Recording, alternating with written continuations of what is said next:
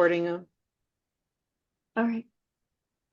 So yeah, the question, anybody got any feedback on this? When I first started in ESL, I would hear English is hard, and the teachers, myself included, would agree English is hard. But now I don't say that anymore. Hmm. I want to, yeah, English takes time, is what I say now. Oh, So I I just like change that it. response better. Yeah. That's a good one. I actually had a young man in last night for a class that wasn't GED, right? But I asked him what he likes about school and what he doesn't like about school. And he said what he doesn't like about school is math because he can't do it. And I said, no, no, you might have a harder time learning math. You absolutely can do it. You just haven't found the way to do it that works for you yet. And I'm not sure that this was the only reason why, but he cried a little. And I said, "Can I ask why that makes you emotional?" And he said, "No." So we stopped talking about it. But I think that that's one of the things, like, that messaging gets ingrained in us, like, right? I'm bad at math, I can't do math. Um, and I always tell people math was really, really hard for me. I learned how to do math. I've taught other people how to do math for almost 30 years now. You can learn how to do math. I think with me, at the end of our year, the students all did speeches in class. And I think the feedback that I gave was like, your reading is so much better. All those little things that you say, students don't see it themselves. They keep thinking, I'm not doing well enough. I'm not learning fast enough. And they're not seeing the little steps that is more noticeable. It's like we don't see our mistakes as well as others either. And I think it's just those little steps, those little things. You read these words clearer than you have before, and you are able to show your vocabulary better now than you were a few months ago. So I think that is it was a feedback for the whole class, but then they started giving each other warm fuzzies, what you call, and feedback, and they were showing each other what they were seeing. So I think that was an awesome thing that helped my students when it got toward the end of our year. How about an aha or an oh no moment when, oh, I can't remember her name, the teacher that's getting taught. What's her name? I should know it by four of them now. Carmen. Carmen. Carmen was saying some of the things that, she says or has said, especially with her very frustrating student that she's had all along, because, God dang it, if people would just shut up and do what I say, their life and my life would be so much easier. That's I want to say it, but um, did you have any aha moments with that you've heard coming out of your own mouth? Because I did.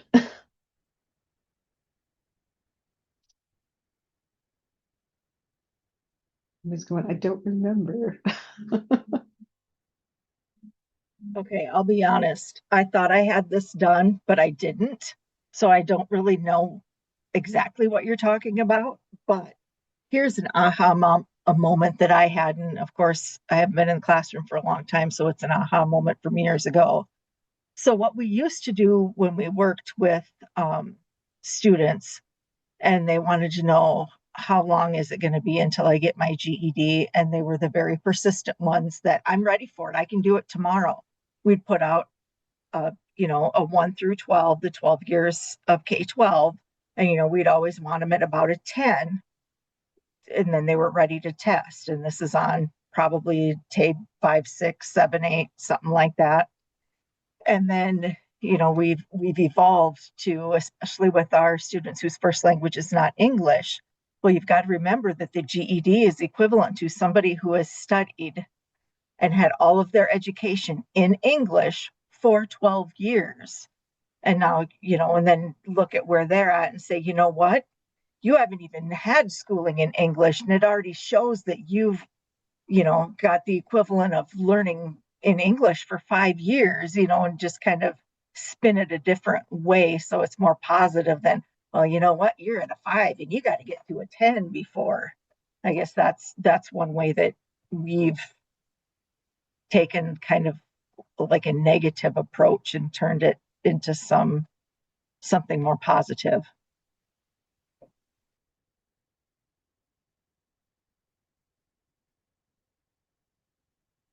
It would be pretty sad, I guess, if we haven't evolved in how we say things differently now. And our students are different.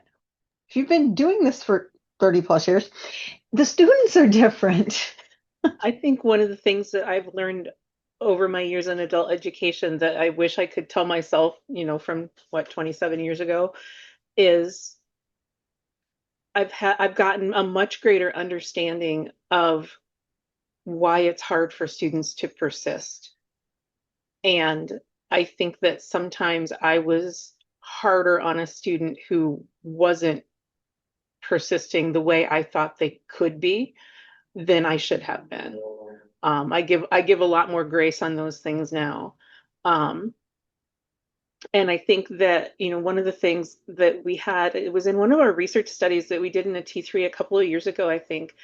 There was a study on persistence that said, sometimes stopping is the best decision for that student at that time. We don't know that. We can't know what else they're dealing with, but sometimes stopping coming to class is a valid decision for a student.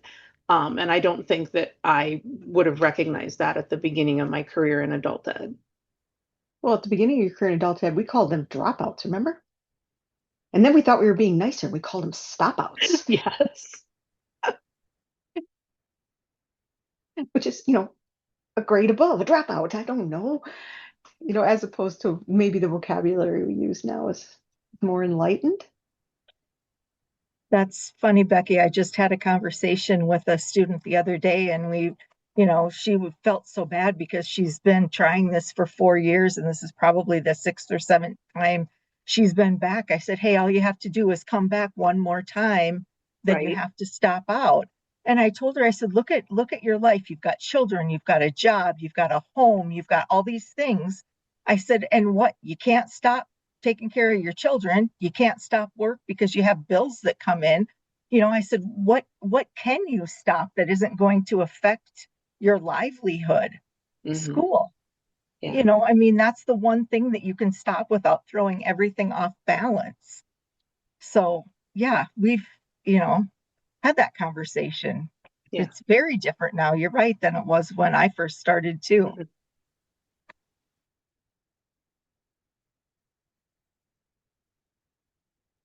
Okay, so I have a poll for you. Let's see if I can get it up because I should have already been doing it. Sorry. Everything moves.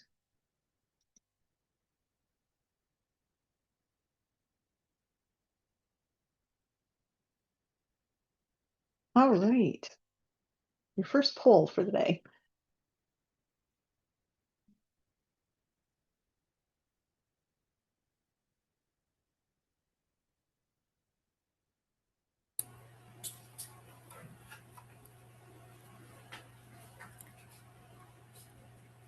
I can't see mine. Is not popping up right in the middle of your screen. Mine popped up. Mine is just printed in white, so it's really hard to see on the white, Oh but that no. might be my own. Let's So see. the first one, the question is, which instructor behavior do you believe has the greatest impact on student motivation? And the first one's classroom climate, and then learning materials, and then instructor attitude. Oh gosh. Okay. Thank you. Yep.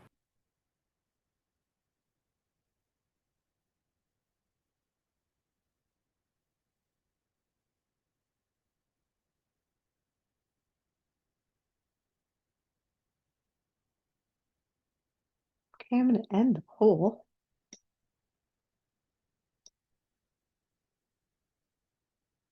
Yeah, well, it's kind of a give me in the fact that's instructor attitude, but I even think like learning materials, it's the instructor's attitude about the learning materials too, because a good instructor can take some not such strong material and make it a positive learning experience.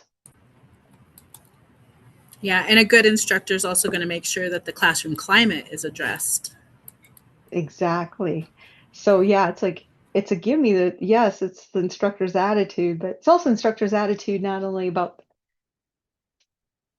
material objects, but also about their students in general. I mean, there's just students that are so much easier and so much harder to work with. I think the instructor attitude or whoever the first person is that the student sees when they come through the door, their attitude is probably going to make or break it because if you don't have a positive attitude, they're not going to come back again. So, the classroom environment is important too, but first I think it's the attitude.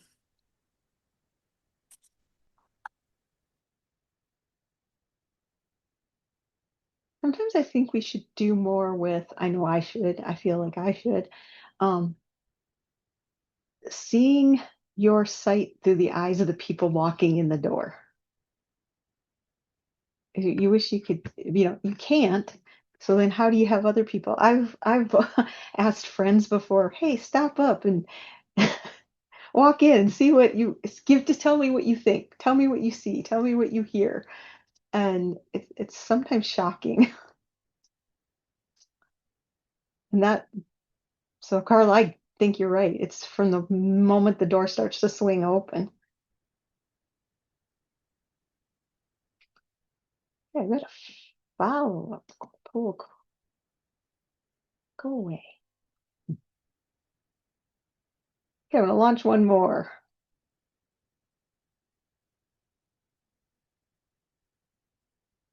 Actually, the fourth factor was feedback, and I didn't include that in there, but I should have.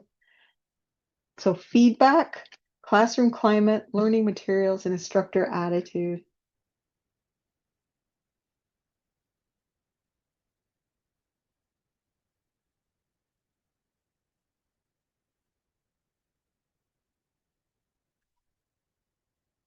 You all good?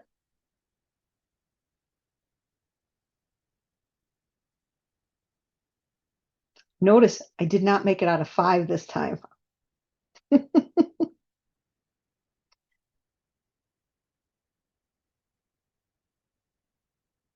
I'm gonna end the poll and share the results. Be interesting.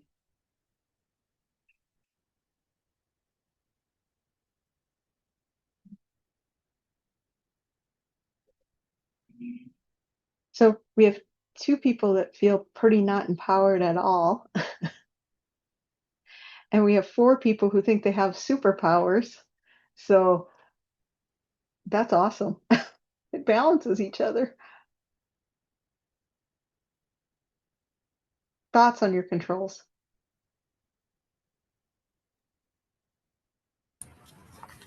So my principal, because I work at a Job Corps and I teach TABE and math, he is willing to help with any materials or any curriculum that I think I need for the classroom. So Oh, that's pretty helpful. Sometimes I yeah. purchase it myself, but to be able to use and utilize whatever I see fit for each student's needs, I think is pretty amazing. We have a set curriculum, but then we're also able to supplement and use other curriculum too.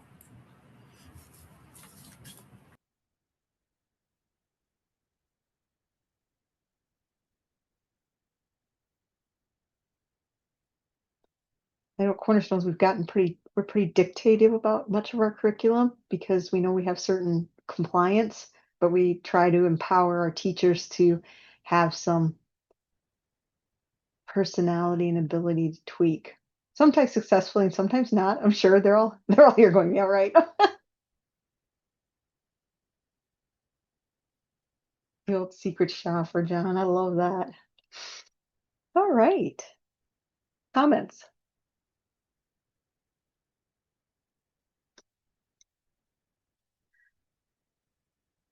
right. Gonna do our first. I loved the oh my Lord, today I can't remember names, I can't remember anything. Giving effective feedback, building the feedback and motivation, make sure it's clear, actionable, specific, and timely. But like in scenario uh, one, they said, I'm just terrible at math. Why do we always use math, by the way? Because that's the one people say they're terrible at consistently.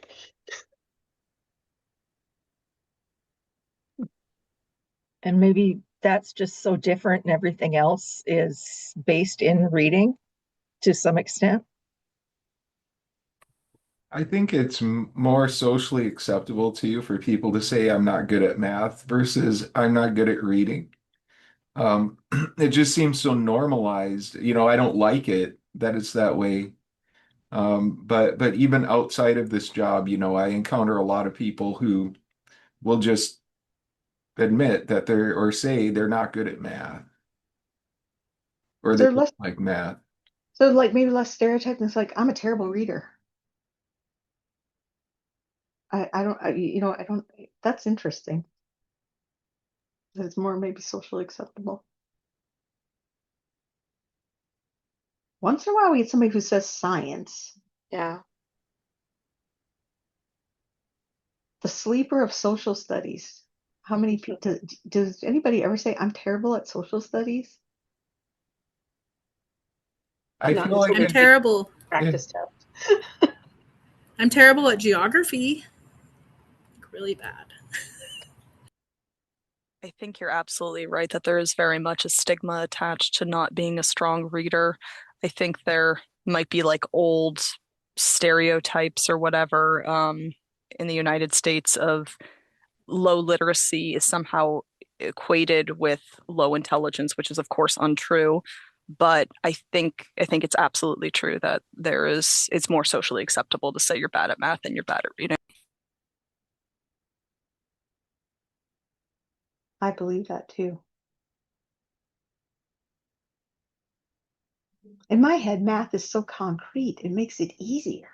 If you know the rule, you can apply the rule is the rule, except for in geometry. That's just memorizing what somebody says is right.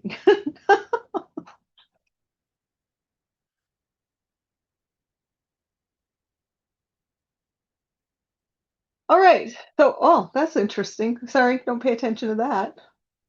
Um, I would love I'm going to break you up into some small groups where you're going to review the statements below and have some discussion about recent conversations maybe you've had with students, what feedback could have been clearer, more specific, or actionable. But I want you to break into small groups and have some discussions, and then maybe we'll have some report outs of some aha moments. Does that sound good? All right. We got 20, so let's do 5. All right, we're gonna make this, and then I will share the screen with you. I love it when people like in. It's a little overstimulating for me. So, what did you hear in your discussion that resonated with you about your current practices?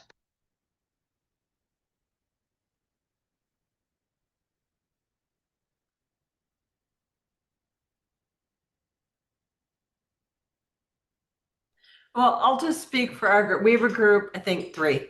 I think we were 3.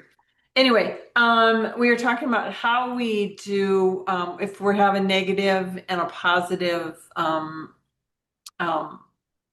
what am I looking for? Feedback. We talked that maybe if you're going to do both, start with the positive, this is what I really see you doing well. Rather than, okay, this is what you need to work on. Students might react better if they get that positive first and then say, okay, this is what we can work on next. Kind of thing that we talked. That was one of the things we talked about. I don't know if you guys had So, another part.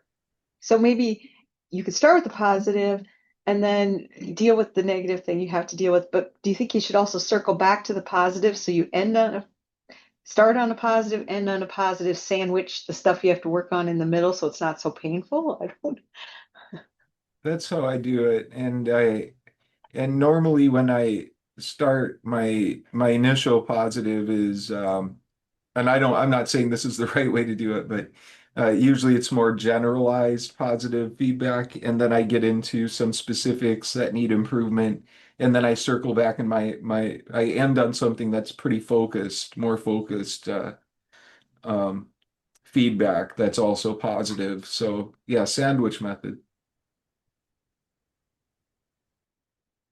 That's in our group. Kate gave a really good example of working with a student or working with students on their writing and giving a student feedback.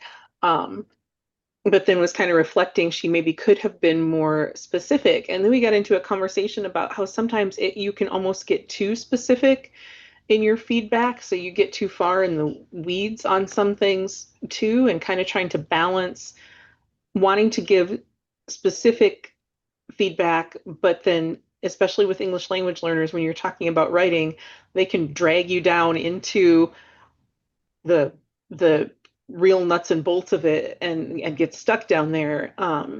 So that kind of balance between being specific and giving them some things to continue to work on, continue to skills to continue to build, but not wanting to get too dragged down into um, kind of like hyper fixating on specific pieces. I think I see that a lot with ESL learners. Okay, those of you who are in the classroom all the time, I want to hear your feedback on this because some of them they come out of class at night and I'm like, I'm ready to go home. And then they want to go through this whole spiel with you about some minutia thing that I'm like, it doesn't matter, but I'm like, it does. And I'm totally unprepared to have this discussion with them. It is not what I want to do at the end of the night. So it only happens to me. Definitely not. We get very sidetracked in some of my higher level classes about things that we were not talking about, but were somewhat related. Yesterday, we were talking about the word emergency, and then a student asked about the word emerge and emergent. So I went on a tangent about that. It's not bad. It's just they have a lot of questions. Not bad, but after you've already put in 8 or 10 hours, you're like, Also true.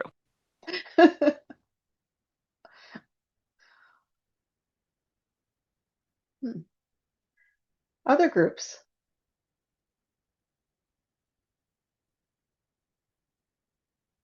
I can report for my group, Lake Area Tech, Carla and Derek, and really feel good. Carla read a some correspondence from a previous student who's gone on to technical college and is is thriving, and something to the effect that, sometimes it's just someone who you need someone who's in your corner, who's positive, who's supportive. So it really wasn't so much about methodology and granular feedback. And I'm not a fan of the sandwich method, by the way, but that's another T3. But And more I'm not about advocating for it. but more about where we were going before. Someone made the comment about we're the first person they see setting the positive attitude, and how, for many of your students' lives, everything is, I mean, so much has been negative and so many barriers, and just to have someone who's positive and supportive and genuine um, can be foundational. A cornerstone, if you will. And then Nayako made good points in terms of working with emergent learners, early levels of literacy. The feedback needs to be accessible, consistent, but very simple and accessible for that meaningful exchange. So And relating that's hard, isn't it, Naoko? Because you already have the language barrier. You're muted. I'm sorry. No And problem. yes, and if a lot of us know teachers already know here the students have a lot of negative barriers that will definitely affect their students' attitude or learning styles. So, and that yes, that's right, Kim. It's nice when you can give them something measurable. I know that's something we've had lots of discussions about in our organization about how to break those positives down to happen more often in a measurable way that our students, because they're adults. They don't need a cute, fuzzy, squishy. They need a positive adult interaction response. Right, yes. You know, if I can, that gives me a good opportunity. Jennifer Keys had talked about reframing grade level equivalencies and assessment levels and mastery.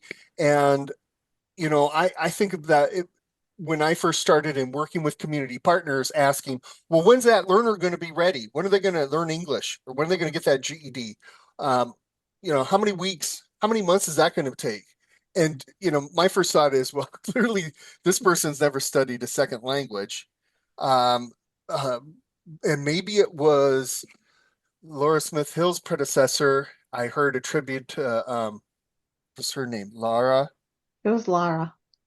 Laura, that we need to quit thinking in terms of weeks and months and really speak in terms of years. And and that is just to say, um, focusing maybe more on what we're doing and less on how well we're doing. And when you have those metrics, right? Look at how many hours have you persisted to this? 1.5 hours in the last 3 months consecutively, right? As we look at data. So I think too, there are opportunities. In my last point, I think Jennifer Wagaman had mentioned warm and fuzzies.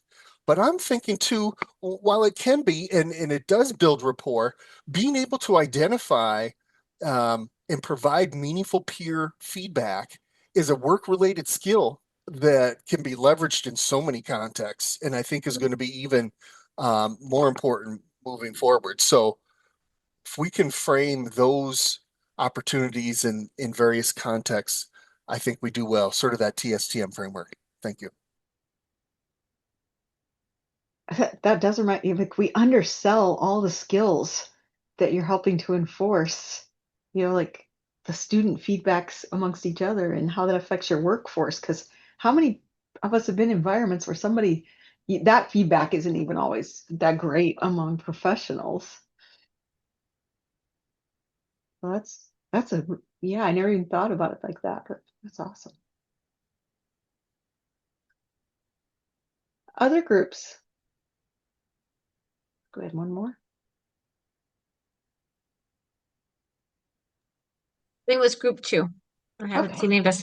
Um, we talked a lot about feedback as well, and we talked about even though it's a small gain, we might, and it's not like the gain that we were looking for. We are talking about like the end of the year push that we had. Just still allowing that student to see how much they have. I mean, it might seem small to us, but they've accomplished a gain, or they're still within that bracket. That's good. They haven't fallen out of that.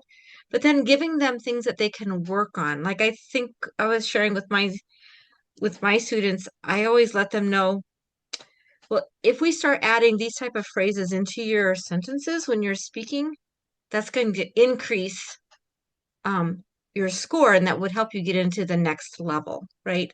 So let's work on these phrases. So when we talk, we're going to practice these in class because they have their goals to get to the next level, but I let them know that my goal is to help them get there. So we're going to work as a team to get there. But that's what we were talking about was something that they can control and they can work on. So actionable, I think is the word they were using in our study circle. So And I was familiar with the old best. I'm not familiar with the new one at all. Have you guys seen trends of word usage that's happening that isn't part of our native language structure in our region of the country, or is that not as bad as it used to be? Well, it's still full of what about you?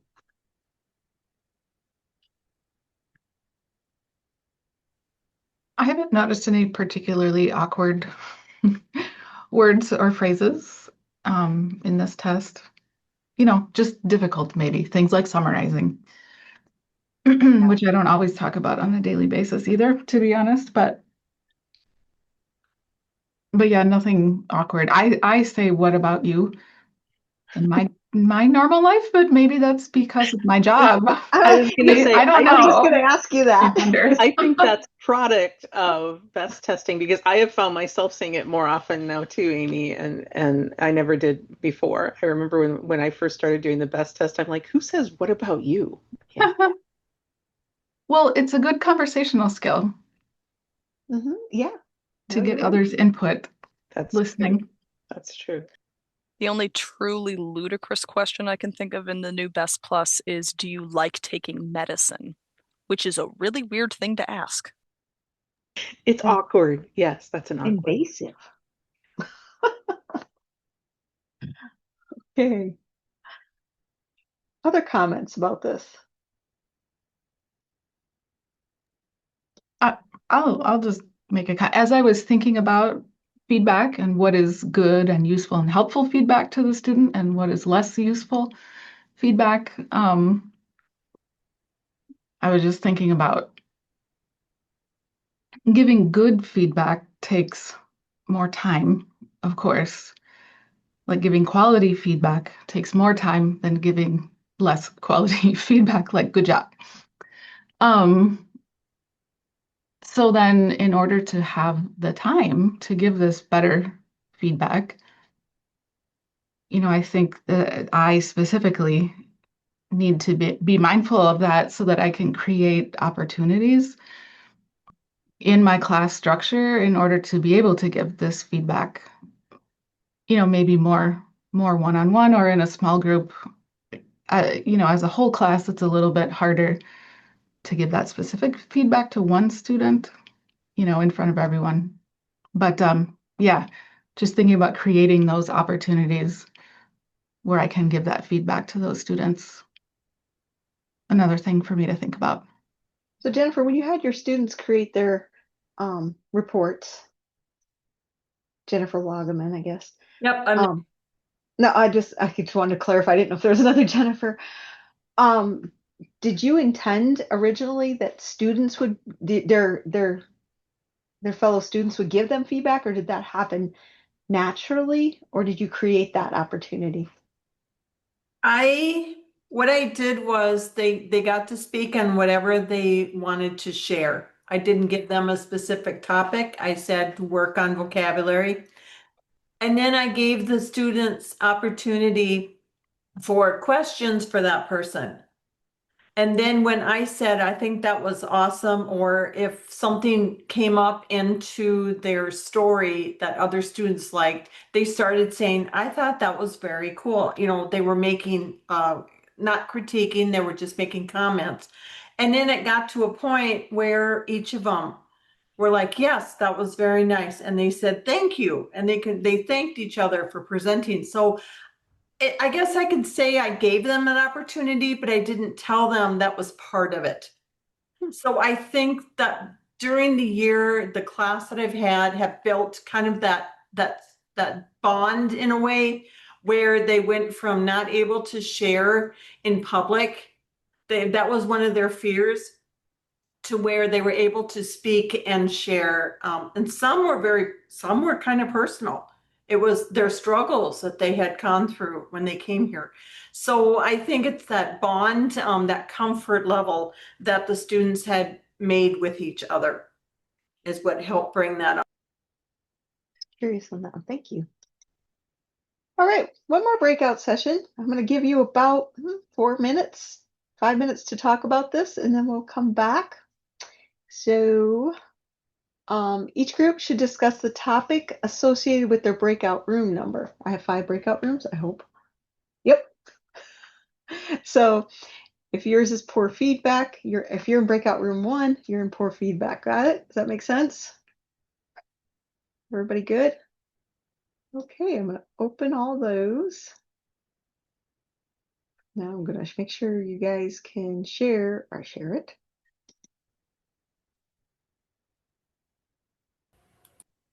Welcome back. So we asked each group they should discuss the topic associated with their breakout room and answer the 3 questions below this. So group 1 had poor feedback, or room 1 did. What did your conversation consist of?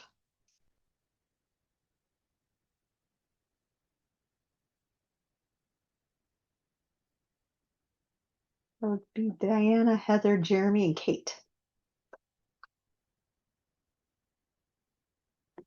Well, I can share a little bit about the first question. Why does this happen? You know, what one of the things that we touched on is it's a lot faster, I think, and easier to give poor feedback than it is to give something that um, follows the CAST method, you know, clear, actionable, specific, and timely.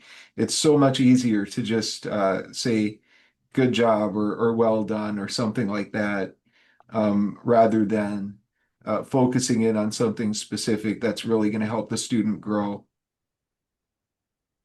So sometimes I think just out of convenience or time, and I certainly fall into that trap sometimes, I think.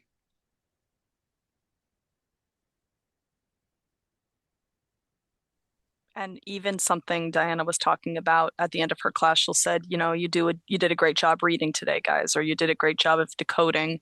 It's small, but it's specific, and that can help. Or I made a comment of even changing something like good job to good effort really praises their effort. And that's the most important thing. If you praise effort, you'll get more success in the long run, as opposed to if you just praise results, you won't. And I think Diane also said, you know, that it's easier to give that good, clear feedback when you're either in a small group or one-on-one with a student than it is when you're all in the large group. How about room 2? Negative self-concepts.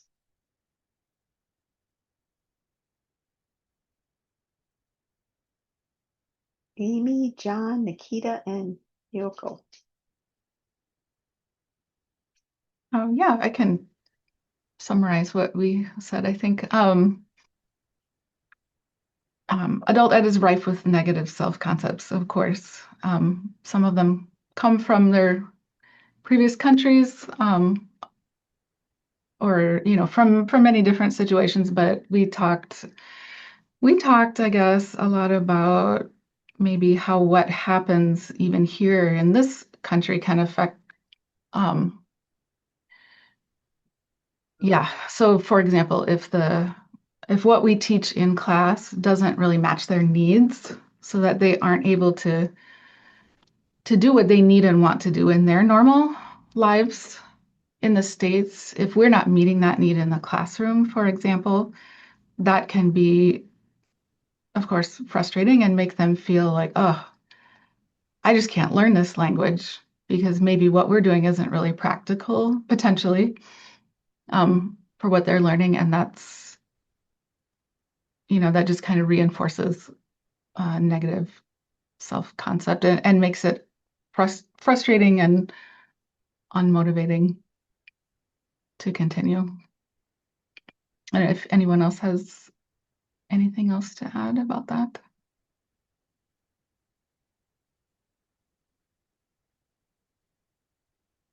Room 3, culturally insensitive language. And how many times did I not necessarily know I was using it? That's my part. That was Derek, Karen, and Natalie.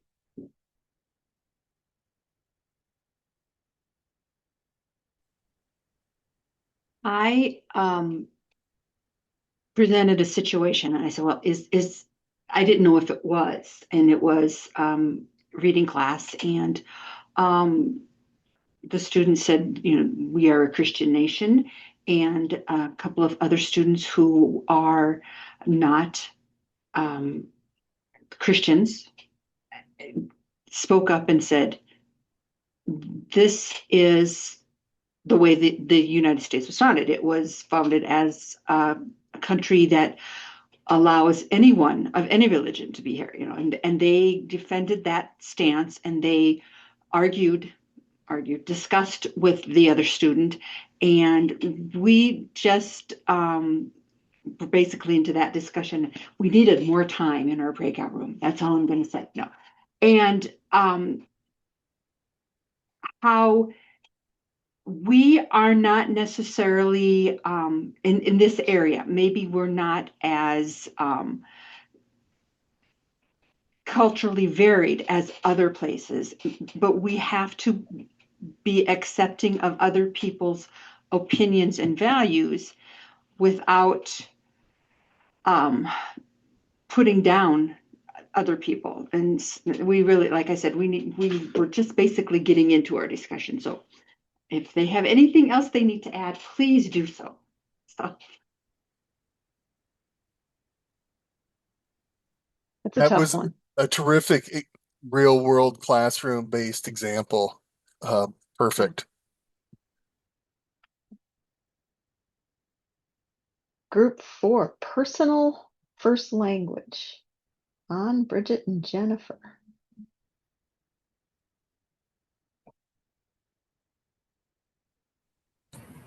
Okay. We talked about how hard it is, first of all, why it happens, because we have so many diversity in our classrooms. It's so easy to think that they all have the same idea when their beliefs are so different, their culture is so different, where they're from. We need to understand a way to say things that does not affect any other beliefs that they may not feel would be right from their culture. If there's any disabilities in any way, and we try to treat everyone as not stand out, but yet as not as one group, but don't cause someone to feel standoffish either, or like we're putting them off in a group or in a separate. Like a good way, let's see, it can affect motivation by not wanting to speak out in class or feeling put out. And instead, what I did kind of was I talked about all the different countries of students that I had in my class, and to help other students understand that culture as we go on. And sometimes students say things that might affect other students because they don't know what might bother that student. We don't know what we don't know, right?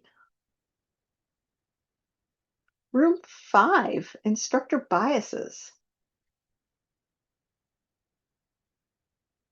That was Becky, Carl, and Jennifer. Yes, we were a group of radically experienced teachers. Yeah. Who we all agreed have no biases. So a very short conversation. No, and then we talked about our biases and how we try our best to hide them from our students, and to treat all students with respect and caring, and a belief in their ability to succeed, and how difficult it can be sometimes when you don't connect with students, to have that outlook and to continue to do that. Some people just make it so hard. Well, Carla had not actually worked with the student that every program except for Rapid City in the state of South Dakota had a hand in working with, but her coworkers in Watertown had, so she knew of him. So we referenced him, and the fact that he was incredibly difficult for all of us to work with, and we all had inherent bias against him at some point. Yeah. Thank you all for your participation in this. I really enjoyed the session, so I hope you guys did too. And I'm trying. It made me be more aware that I need to be more aware of what some of the things that I'm doing. So thank you all for participating. August, we will not be doing we won't be in this study circle. Laura's going to provide that. My son's getting married, so I will be at that.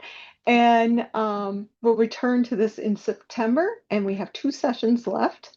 Those of you who participate in the whole gamut should be qualified then for one of our new credentials that we're rolling out with motivating the adult learners. I'm pretty excited about that because it feels like it's been 100 years since we've done anything with that. Any other questions that anyone has for the group right now? Well, I've kept you long enough. I'll stay on for a minute or two, but thank you guys for participating today. Enjoy your summer. Drive safely. Thank you. Congratulations. Thank you very much. Thanks.